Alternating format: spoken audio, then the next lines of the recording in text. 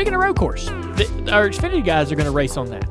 Yes. We take it for granted that everybody knows that because here we are sitting in an Xfinity shop that 4 teams race out of this shop right here next to the studio. But not everybody knows that. The Xfinity Series is going to race on the road course this weekend. I am really, really excited about that. I think the road course there has always been a point of conversation. There's been times throughout the racing at Indianapolis for the Cup cars where the racing hasn't been that great. With the new rules package, we're kind of still sifting through to see whether this is going to improve the racing at Indy on the oval.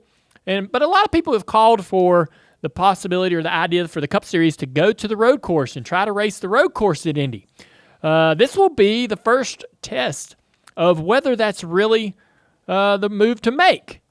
So I think as we're watching this IndyCar race Saturday, we need to keep in mind, not only are we watching it to see who wins and we're pulling for our favorite drivers and all that good stuff, but we're also watching it with the idea of, could this work in the Cup Series? I think everybody should pay attention while they're watching Xfinity race and make that decision for themselves at the end.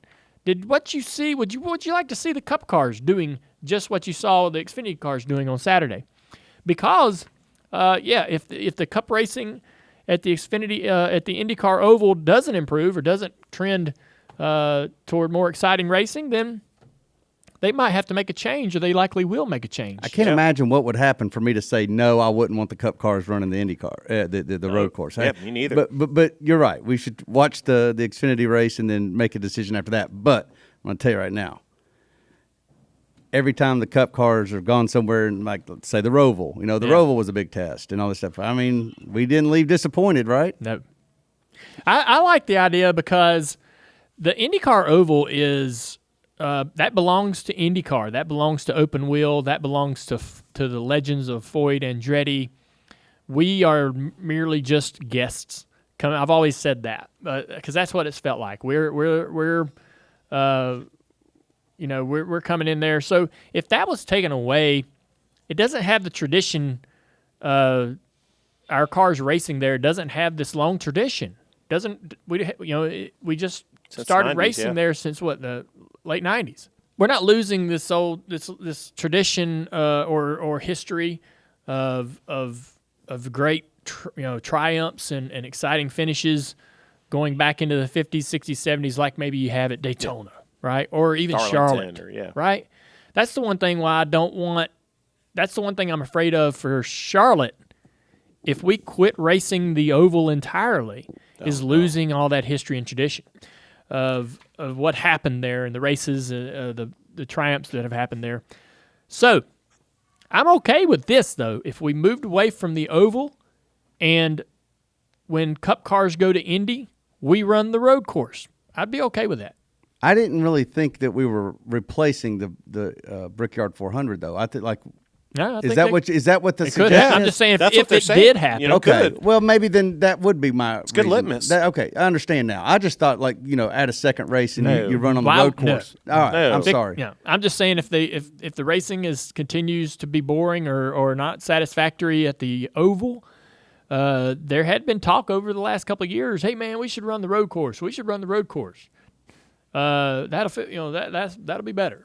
Do you remember our text message about that? No. You were still driving. It's unbelievable how, but it just life. Your perspective changes. Sure. My perspectives and ideas and stuff change too. But you were still racing, and we had a text about that, and you were like, I didn't run Cup to run these road courses and extra road courses. I would not want to race it, but I would want to watch it. So I'm watching now. So obviously I might have a different opinion when it comes to that. I mean, as a broadcaster, a lot of things that I had opinions of as a driver changed when I went into broadcasting. But yeah, I think if I was still a driver, I'd probably want to try to make that oval work, even today. I try to want to find something package-wise, rules-wise, that made the oval what we wanted to be doing. Yeah. But if I'm out of that game. Now I'm watching. Now I'm broadcasting. We've had some amazing road course races over the last. I mean, they have been strong. The Roval, Watkins Glen, Sonoma, anywhere we've been, it puts on a show. And there's a lot of great content there happening in the event to be to be able to broadcast it. So I think it'd be interesting. Anytime we try something new, it seems to be pretty awesome until the teams sort of figure it out. IndyCar is also there. Yeah. All right. Last year, there was a lot of conversation about a doubleheader between IndyCar and Cup. I think everybody wanted it, and anyone in the industry, whether it's IndyCar or Cup, wanted to do it. Who would go first? Nobody wants to be the supporting series, right? Right, the undercard. Yeah, the undercard. So who goes first? Well, maybe we go first, and then you go first to the next one. There was a lot of conversation about how do you make both events the headliner, right, in the same weekend. That was sort of the debate a bit. But I believe that everybody wanted to do it, but there was just there was just this hesitation. Here we are. The pandemic, Mike, we've talked about it. Yeah. As bad as it's been and as bad as it continues to be, it has had some positives in terms of what we've been able to do with our sport and some of the things we've been able to learn, and some of no practices, no qualifying, and how that's made some of the races a little more intriguing. And here we are with an opportunity to do a doubleheader because kind of we have to, in a sense. We've been put into this situation where it's created a real possibility for this to happen, and now it's finally going to happen. I'm pumped. I am too. All right, so I am too. why are you pumped? Let me ask you that question. Okay. I'm excited because of really one thing, and I bet I'm missing something here.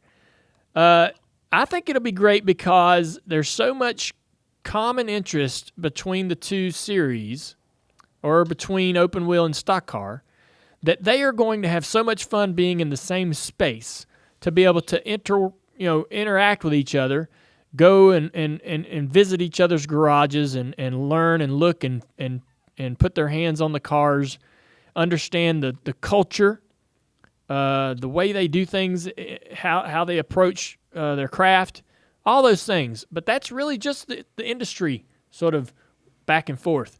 What are fans getting out of the doubleheader? Obviously, you're fans. So tell me, what are you guys so pumped about? You go first. Let me tell you what it is for me. For me, that day when you have Monaco in the morning, and then you've got Indy, and then you've got the 600 at night, Yeah. and just the versatility behind that day. What we all look forward to that day because it's a day full of racing, and it's a day where you can just sit there and take in all these forms and appreciate all the forms, all the disciplines of racing. Right? I don't really watch F1 on a regular basis. I know a lot of people do. So, but I do watch Monaco because it's that day when I know it's just part of it. And so I think that our sports are better when they're working together and when there's not at odds. Not that there have been at odds, but I think that, the Indy crowd will always want to sit there and, look down on the NASCAR crowd or the stock car racing, and then vice versa. And I never understood that. I don't know why you can't, true racing purists can't just appreciate both forms of racing and enjoy the fact that you got them both to watch. And then when you get them on the same day, I think this is the best of both worlds. I don't look at the negatives of that. I don't see the negatives. I think it's an awesome thing. I love it when they can collaborate or when they can kind of intermix in like you said. I take it as a learning opportunity. I love to sit there and go, okay, what about this that they do that we can't have because of maybe the way the cars are, and I can appreciate that. Go ahead. I think we've done double headers as far as being there in the same weekend, but we've done them wrong. Oh, really? Dating back to IRL at New Hampshire, they'd run one day, NASCAR would run the next day. Kentucky, run one day, there was no like cohesiveness. Right. So as a fan or somebody that's interested in the industry, you're running them same day. It's like this festival atmosphere. Like you said, you could sit on the couch and be a fan of both. I'm now a huge fan of IndyCar racing. And I think IndyCar racing is a very sexy sport full of really colorful characters. And I would like to see more of this collaboration between the two because I think NASCAR drivers at times don't show their true personalities enough. And the almost European style of some of these racers on the IndyCar side that show their personality more but they don't have the platform at times that NASCAR has. I think combining those two could be a win-win for NASCAR drivers, for NASCAR fans, for NASCAR industry, as much as it could be for IndyCar. And I'd love to see someday a Cup IndyCar doubleheader on the same day, because nowadays with social media, you see one driver go over to the other garage and it creates so much interest, to see Jimmy or see you when you were at Indianapolis going to sit in a car. I think all that could be great for both. Anytime there's been a collaboration, it's been very intriguing for me, and I think a lot of I think about when Jeff Gordon and Juan Pablo did that, the trading, whatever they called it, when they got in each other's cars. Tony Stewart did it at Watkins Tony Stewart did it when Kurt Busch ran the Indy 500.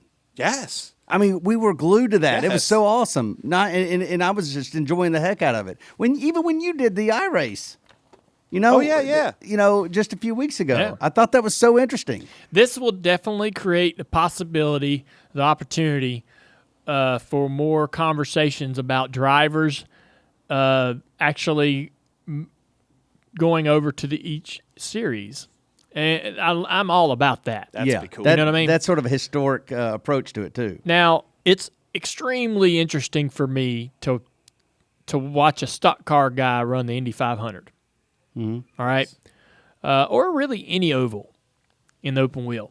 I like to see what our guys can do in that environment, and I'm imagining if that's the case, then open wheel fans also get interested in stock car racing when their heroes or their drivers come over and try out stock car racing, right? Whether it's on road courses and whatnot. So I love that. And I hope that a lot comes out of the doubleheader and the two series sharing the same venue. That's one of the things that I hope comes out of it, is the opportunity or the possibility that we might see, this, like Kyle Busch. He's talked about running the Indy 500. What are the hurdles? What are the things that are the roadblocks in the way? Could this be a catalyst to get through those challenges to make that happen? Even if you're not a Kyle Busch fan, you're going to tune in to the Indy 500 if you see Kyle Busch on the starting grid. The same way we did Kurt Busch. For sure, right? And just to clarify it, too, for the fans that are listening, so Saturday you have the Xfinity Series at like 3 o'clock. You have IndyCar at 4 or so, and then Sunday is the Cup race. So it's all combined, but the real doubleheader day is that Saturday.